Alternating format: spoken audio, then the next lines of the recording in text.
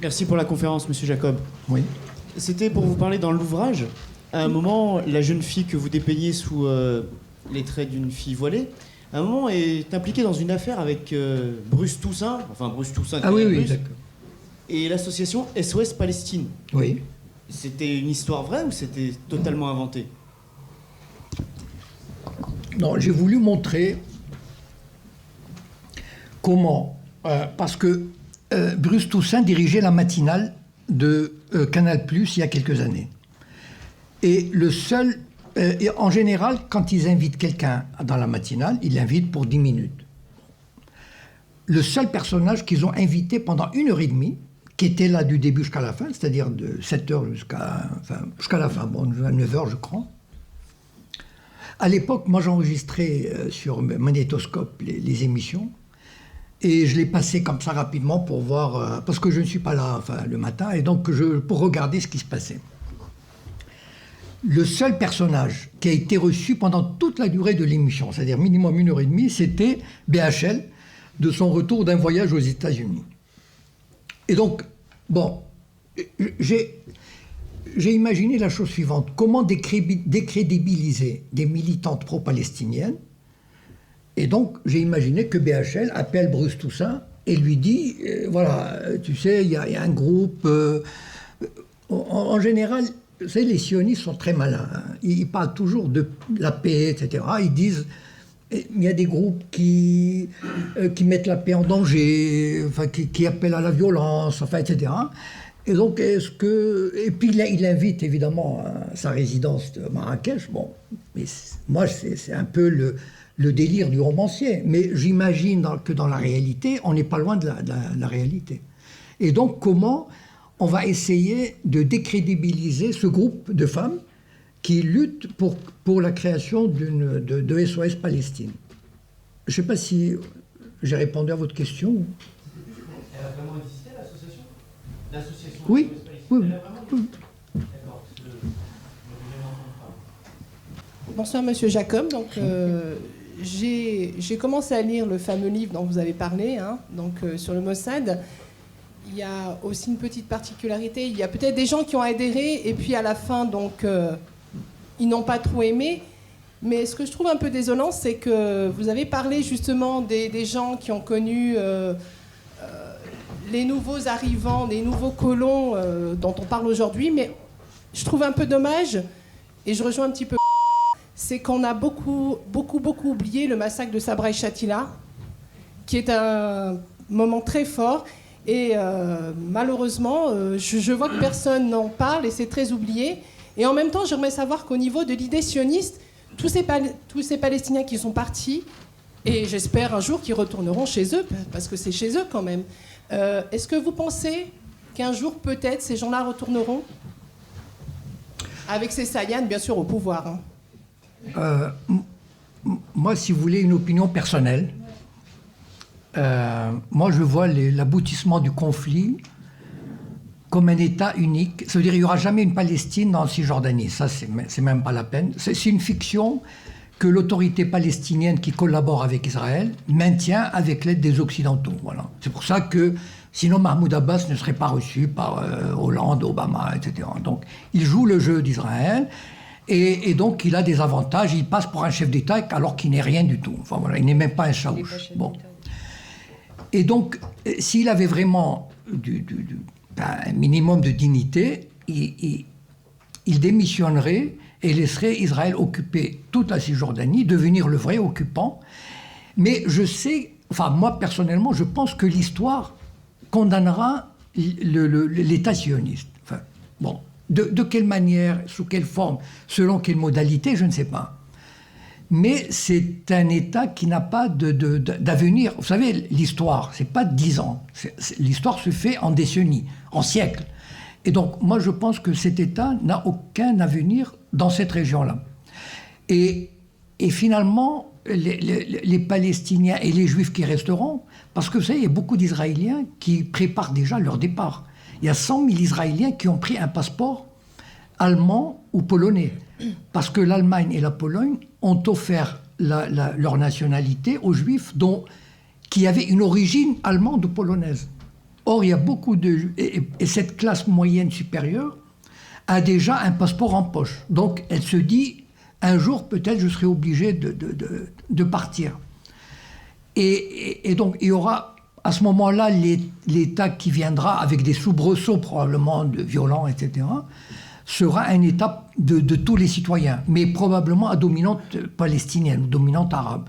Et à ce moment-là, bon, s'il y a des réfugiés qui pourront retourner, enfin, mais je ne sais pas si, comment dire, la voie sera ouverte, mais est-ce qu'ils le feront parce qu'il y a des gens qui sont aux États-Unis, qui sont en Argentine, qui ont leur situation, ils ne vont pas retrouver, vous savez qu'Israël a rasé, bon, c'est ça le génie maléfique des sionistes. Ils ont rasé 450 villages palestiniens. Ils les ont rasés, c'est-à-dire qu'ils ont effacé l'histoire. C'est pour ceux qui vont en Israël, c'est pour ça d'ailleurs que quand les gens y vont, ils se disent, ils ne voient aucune trace de la Palestine, aucune. À peine s'il reste 5 à 10 villes, à des petites villes palestiniennes. Sinon, il ne reste aucune trace. Et donc, ça leur permet de dire, oh là là, qu'est-ce que vous avez fait de ce pays? C'est extraordinaire, mais il n'y avait rien avant. Et donc, ces réfugiés, qu'est-ce qu'ils vont retrouver? Voilà. Donc, dans mon idée d'un État unique qui viendra par la suite, tout reste possible. Enfin, tout restera ouvert, bien sûr. I will speak in English, so excuse Please, me. yes. If the Sayani work in the Arabic world, I ask that because in the Arabic media, the big channels like Al Jazeera and Al Arabiya, before they were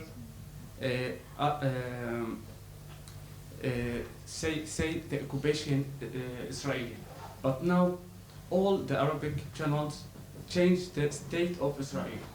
So what did you think it's happened? Je vais répondre en français, hein, si vous permettez, parce que, bon, en anglais, je ne sais pas. Ouais. Et il dit que les pays arabes, dans Al Jazeera, ont peu à peu changé leur fusil d'épaule. C'est-à-dire, au début, ils étaient contre l'occupation, et maintenant, on a l'impression qu'ils acceptent finalement le fait israélien, et même un peu, plus ou moins, l'occupation. Voilà. Bon. Donc, je viens du Maroc et je me sens marocain. Enfin, pour ceux qui me connaissent sur Facebook, j'ai fait des vidéos sur le Maroc. J'étais à Meknès au mois de mars. Et donc, j'ai fait une vidéo en me baladant dans l'ancien ghetto juif, le Mellah de Meknès, et une conférence à Meknès qui s'intitule « La Palestine, un siècle de mystification ». Bon. Pour moi, Israël a réussi un coup magistral. Vous savez, pour moi, les Israéliens, aujourd'hui, sont au fait de leur puissance, c'est-à-dire au sommet de leur puissance. Moi, j'imagine que les dirigeants israéliens doivent avoir le vertige, c'est-à-dire le vertige du pouvoir. Ils dominent le monde. Je veux dire, imaginez, ils font ce qu'ils veulent. Ils imposent ce qu'ils veulent au monde. Et le monde se tait, le monde suit. Enfin, c'est ahurissant qu'un petit pays arrive à ça. Moi, je trouve que c'est un aboutissement. Enfin, si c'était pour le bien, j'aurais applaudi, mais malheureusement, enfin bon. Et donc, ils ont le vertige de la puissance. Et dans la mythologie grecque, on dit que lorsque les dieux veulent faire perdre quelqu'un, enfin, veulent la peau d'un roi, ils le rendaient trop puissant, très puissant. Et comme ça, la personne, elle perd les pédales. Parce que la puissance rend dingue. Enfin, c'est-à-dire qu'on a l'impression qu'on peut tout faire. Et ils ont réussi, les Israéliens ont réussi le coup de force extraordinaire de petit à petit d'amener les pays arabes à tout accepter, quasiment, sans rien donner en échange. Imaginez une chose. Il y a un mois, la Ligue arabe, je ne sais pas si vous êtes au courant, a dit qu'en 2002, ils avaient dit on est prêt à faire la paix en échange de tous les territoires conquis en 1967. Il y a un mois, ils ont dit bon, on accepte quelques modifications de territoire. Ça veut dire bon, allez, prenez un peu quand même, mais pas trop. Mais rien que rendez-nous un peu. Mais même ça, pour les Israéliens, c'est trop. Je veux dire, les Israéliens n'imagine même pas rendre le 10e de la Cisjordanie, ni du Golan. Donc, malheureusement, pour moi, le monde arabe traverse une période critique. Comment dire, les pays arabes sont dans un état de décadence morale et politique et éthique terrible. Pourquoi? Parce que les dirigeants ne sont pas du tout, ne constituent pas l'expression de leur peuple. Il y a qu'en Tunisie et en Égypte, avec la révolution, le printemps arabe, on peut penser ce qu'on veut du printemps arabe, mais il y a une chose, pour la première fois, les gouvernements élus manifestent au moins en partie le désir du peuple. Un Moubarak, par exemple, c'était un président qui était aux ordres d'Israël, aux ordres. Alors moi, quand j'écrivais dans mon blog, quand Netanyahou, une fois, il est allé au Caire, j'ai dit « le Seigneur rend visite à son vassal ». C'est-à-dire, pour moi, c'était clair, il n'y avait même pas à discuter. Le roi de Jordanie, c'est un pantin. Enfin, Israël fait ce qu'il veut de lui. Et donc, et tous ces gouvernements arabes, à quoi ils s'accrochent? Ils s'accrochent à sauvegarder le régime et les bienfaits économiques, financiers qu'ils en tirent. Voilà. Il n'y a rien d'autre qui les intéresse. Rien. La Palestine, ils s'en fichent royalement. Surtout pour les monarchies. Bon, je sais pas, c'est pas grave, c'est pas passé. Et donc, vous savez que Hassan II a sabré le champagne quand Nasser a été défait en 1967. C'est dire que les dirigeants arabes, et c'est ça le drame, c'est qu'ils sont amenés à accepter tous les compromis. Aujourd'hui, il y a une semaine, Haaretz a publié un article disant qu'Israël a ouvert une mission diplomatique dans un des pays des Émirats arabes unis. Moi, je me bats pour le Maroc. Mes écrits sur le Maroc, qui est l'allié d'Israël, qui est l'allié des sionistes, ils sont connus, mes écrits. Une fois, on m'a interdit d'une conférence à Casablanca. J'allais faire une conférence, quelques jours avant, on m'a dit « vous ne la ferez pas ». Voilà, c'est tout. La salle est en travaux. Voilà, parce que... Donc, et il n'était pas en travaux, enfin, j'étais là-bas. Donc, mais c'est dire que les gens sont tétanisés. Et il y a des sayanim dans les pays arabes. Par exemple, moi, quand j'étais jeune, enfin, entre 16 et 20 ans, j'ai fait partie d'un mouvement sioniste clandestin au Maroc. Et je voyais, à l'époque, évidemment, je ne connaissais pas les sayanim, et puis moi, à 16 ans, on est venu me dire « tu veux faire partie d'un mouvement clandestin sioniste ?» Oui, je crois l'aventure, etc. Bon, voilà. Mais après, je me suis rendu compte à quel point il y avait les sayanim, les juifs marocains qui ont été embarqués dans l'affaire. Comment ils travaillaient pour le Mossad, pour faire partir les juifs, etc. Et là où il y a des juifs au Maroc, par exemple, je ne sais pas si vous connaissez un peu la politique marocaine, il y a un type qui s'appelle André Azoulay. Bon, si vous allez sur mon blog, j'ai publié des articles sur André Azoulay, j'ai montré, enfin, en tout cas d'après moi, comment André Azoulay est un sayan qui est au service du Mossad. Voilà. Qui est le conseiller économique du roi. Donc malheureusement, les pays arabes se trouvent dans un état de totale soumission. Ils sont incapables de s'opposer, pas de s'opposer, enfin, je veux dire, même de contester faiblement la supériorité, la suprématie israélienne. C'est vrai qu'il derrière, il y a les États-Unis. Enfin, quand même, 22 pays arabes avec leur puissance qui se soumettent de cette façon. Voilà. Oui. Tous vos infos, là, vous les avez où, en fait? Lesquels? Tout ce que, les chiffres, tout ça, que vous dites, là. Par rapport le Sayanim, tout ça, vous avez... Alors, les Sayanim, je vais vous dire. Il y a... je me suis basé sur 2 livres.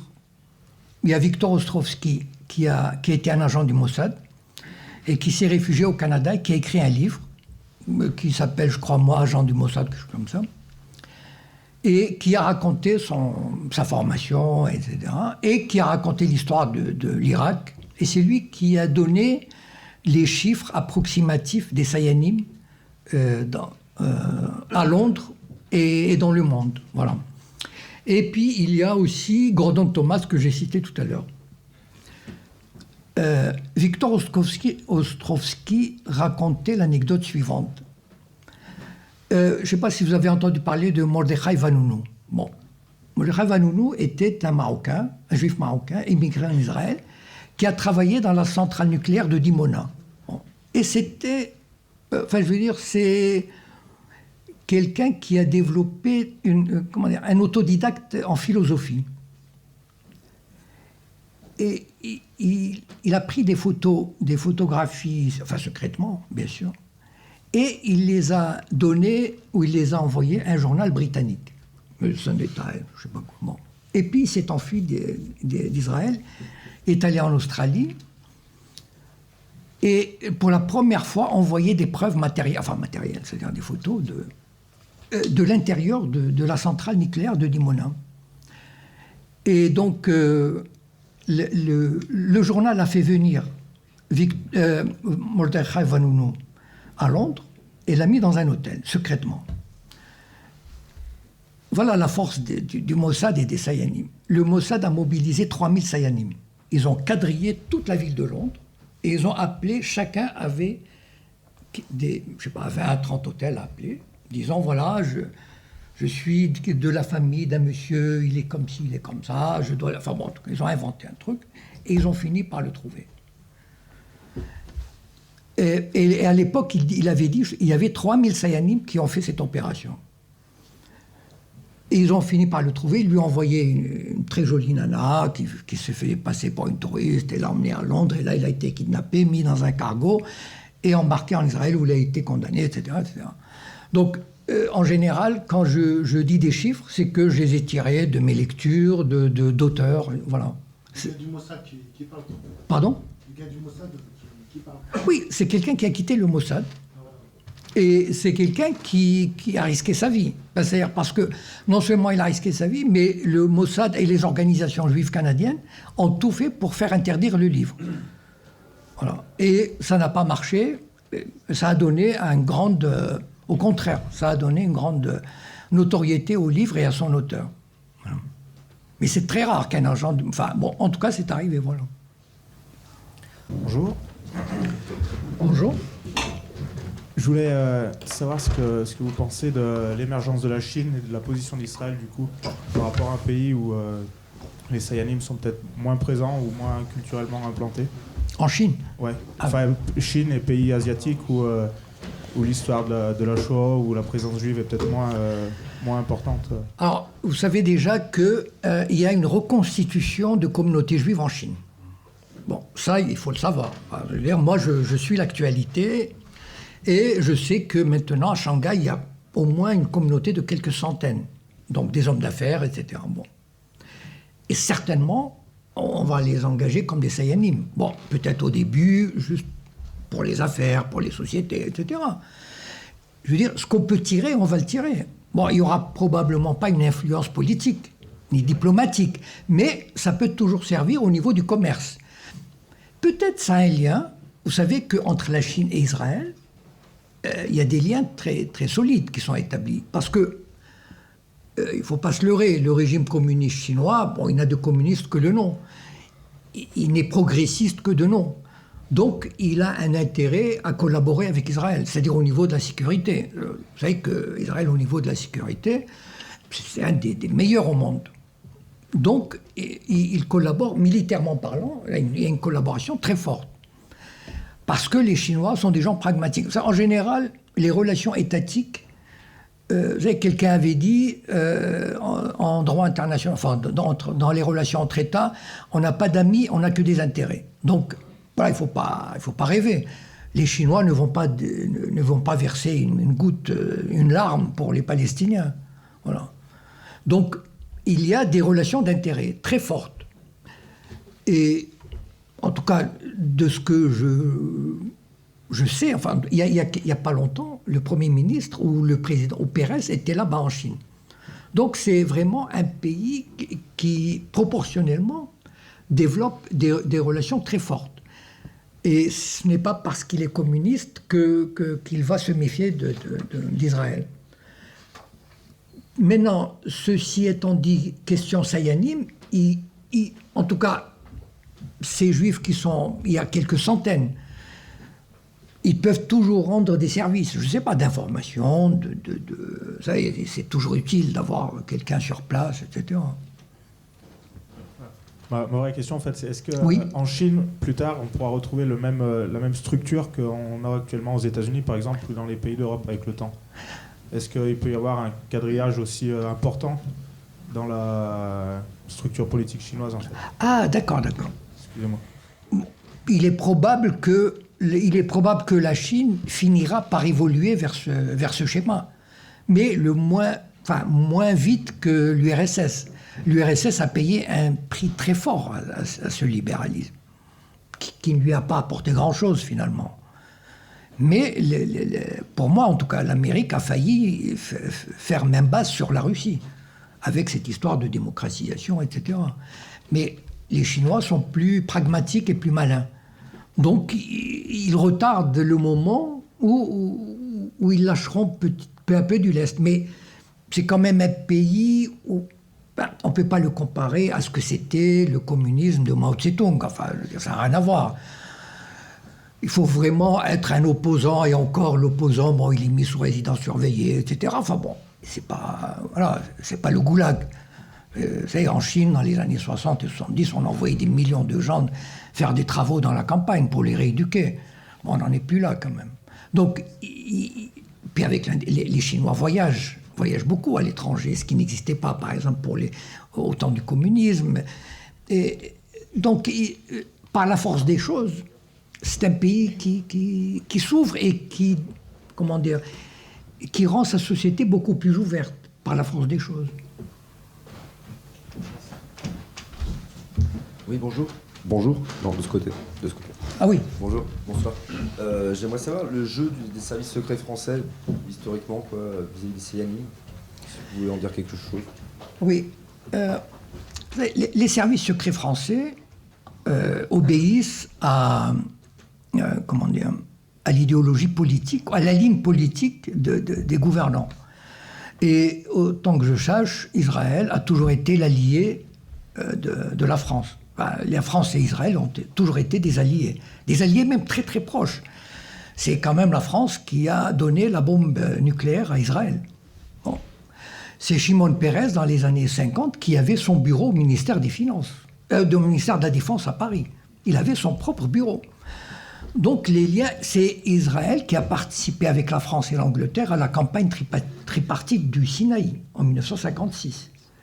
Vous savez, les Anglais, les Français ont voulu donner une leçon à Nasser, qui a nationalisé le canal de Suez. Donc ils sont entendus avec Israël pour lui donner une leçon. Enfin, je veux dire, ils ont débarqué.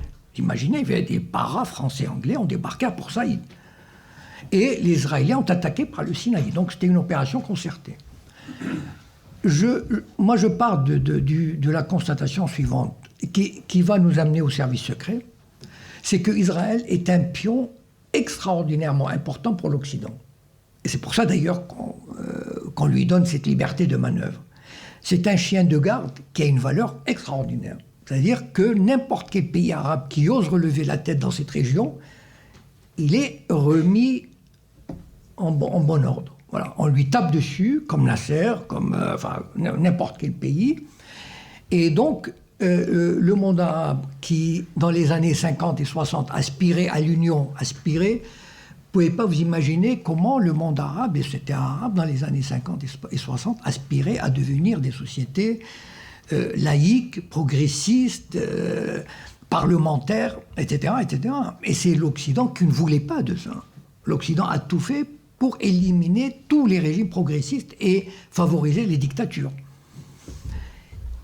Et donc, Israël joue un rôle formidable dans le sens où très important. Voilà. Et très important où il défend les intérêts de l'Occident. Ça veut dire les voies de communication, le pétrole, etc. Et donc, fatalement, les services secrets vont être amenés à collaborer. Même si, de temps en temps, le Mossad, par exemple, une fois, le Mossad avait assassiné un Palestinien qui était venu totalement incognito. Mais le Mossad a tellement d'informateurs qu'ils étaient au courant que ce Palestinien, c'est un dirigeant important, un Palestinien qui se promenait à Montparnasse.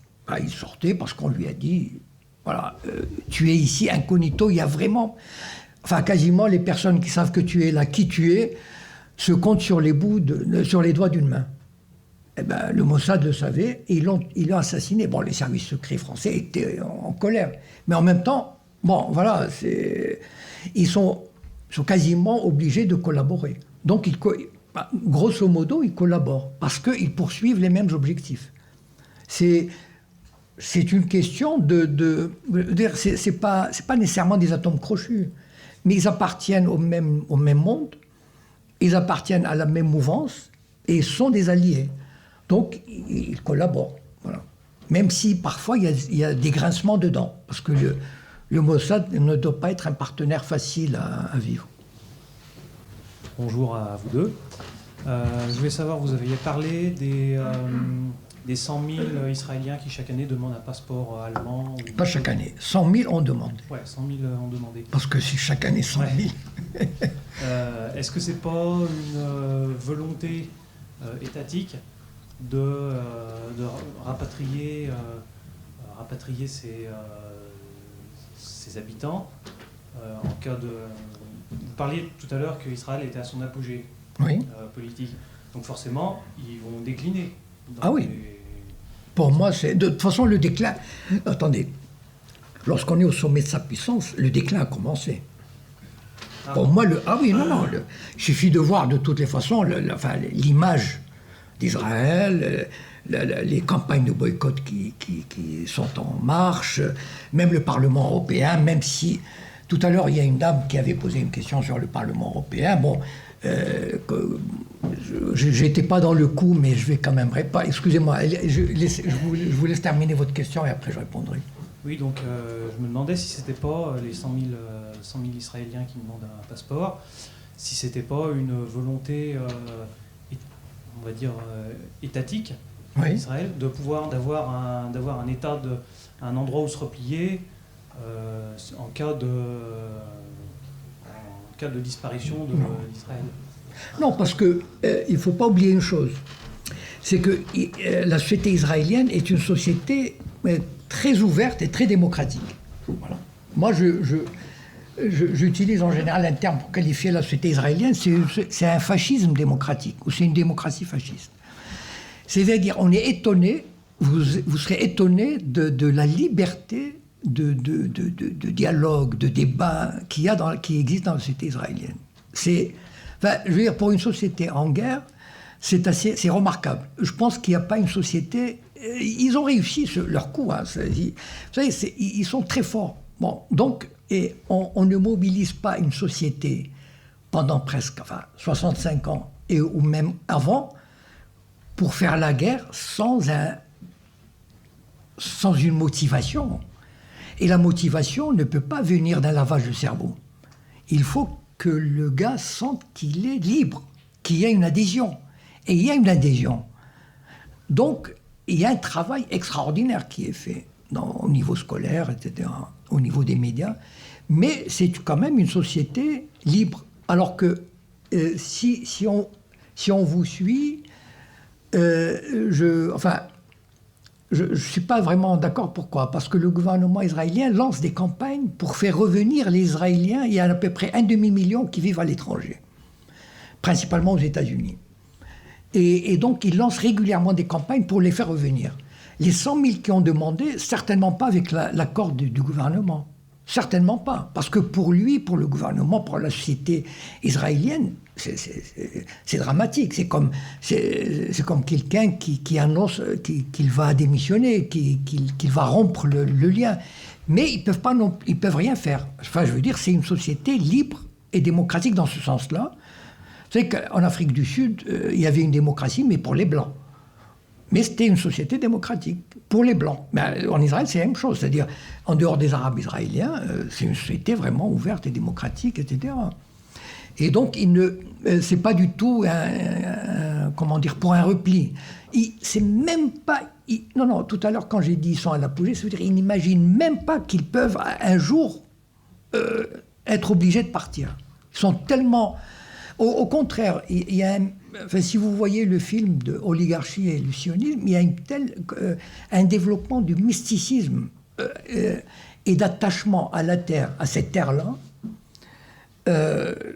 moi qui suis un peu l'actualité, c'est incroyable comment les sionistes ont réussi à inculquer à leurs rejetons l'amour de cette terre, l'amour passion pour cette terre.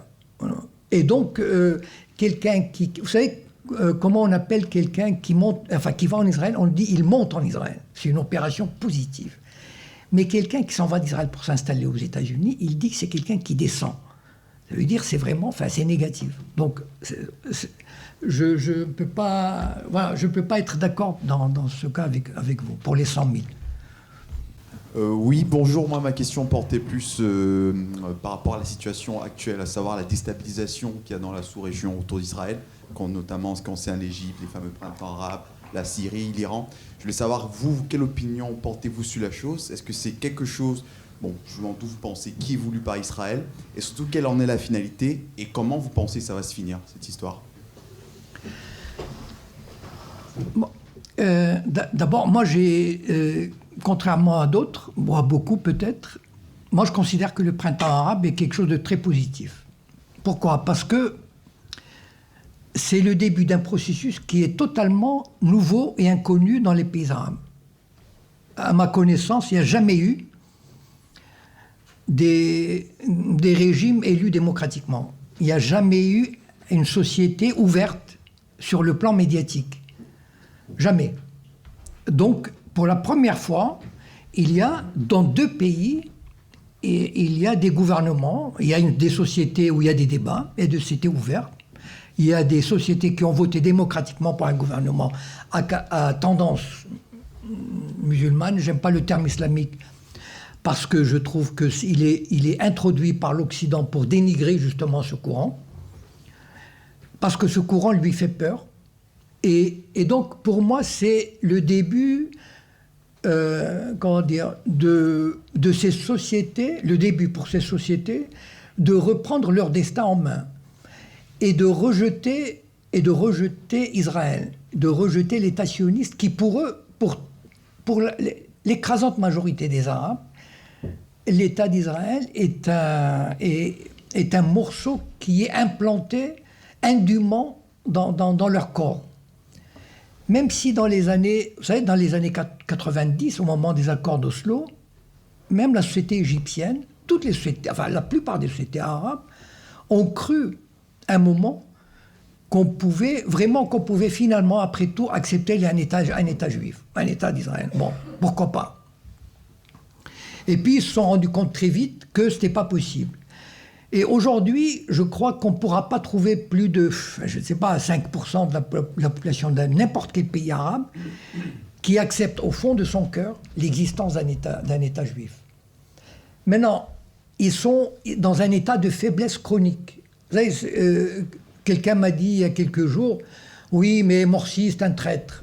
Je lui dis, mais enfin, attends, c'est quelqu'un qui a la responsabilité d'un État de 80 millions d'habitants.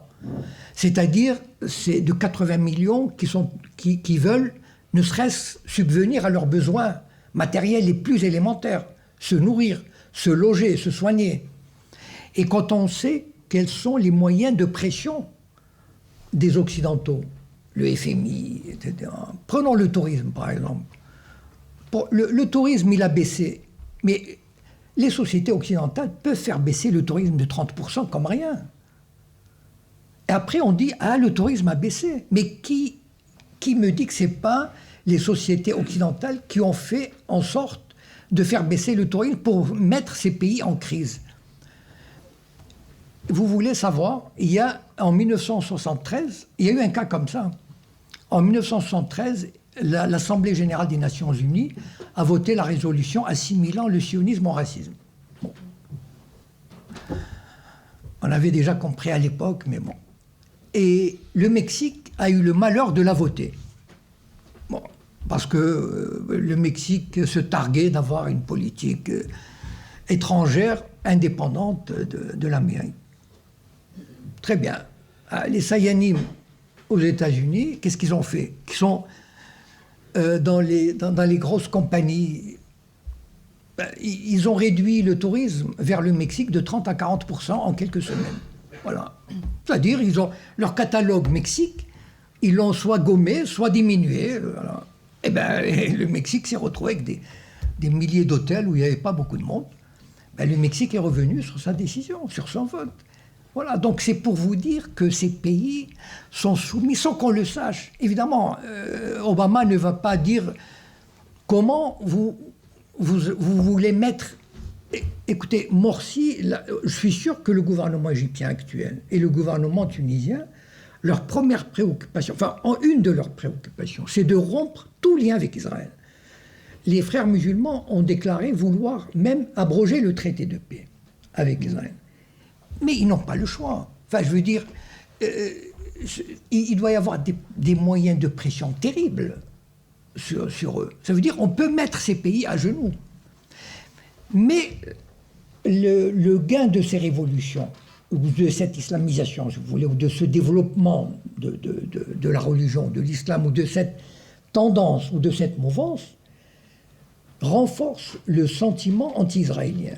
Et donc, ils ont le temps, ces gens-là, ces peuples. Aujourd'hui, ils sont soumis. Mais demain, quand je dis demain, ça veut dire dans 10 ans, dans 20 ans, dans 50 ans. Vous savez, ils feront...